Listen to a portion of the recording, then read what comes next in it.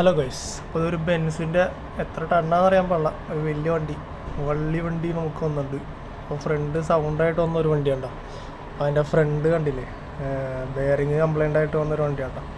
അതിൻ്റെ തവിട് കൂടിയെന്ന് പറയുമ്പോൾ ഫുള്ള് തവിട് കൂടിയായി. വണ്ടിയാണെങ്കിൽ ഒരു ഭൂലോക വണ്ടി, എല്ലാ ബോൾട്ടും ഭയങ്കര ടൈറ്റ് മൂടിയിലൊക്കെ ഇടും. അപ്പോൾ ഇതാണ് ബെയറിങ്ങിൻ്റെ സ്ലീവിൻ്റെ അവസ്ഥ, ഫുള്ള് കരിഞ്ഞു പോയി. അപ്പോൾ ഞാനും എൻ്റെ പാർട്ട്ണറോട് ഈ ഒരു കണക്കിന് വലിച്ചെടുത്ത്. അപ്പോൾ ഇതല്ലേ ഫ്രണ്ട് ഡിപ്രഷൻ എന്നൊരു ടൈപ്പാണ് ബെൻസിൻ്റെ വണ്ടി, റെയറാണ്. പിന്നെ ഈ ഷാഫ്റ്റൊക്കെ ഭയങ്കര ബെൻഡും കാര്യങ്ങളൊക്കെ ഉണ്ട്, അതെല്ലാം ലേത്തി കൊടുത്ത് നമ്മൾ സെറ്റാക്കി എടുത്ത്.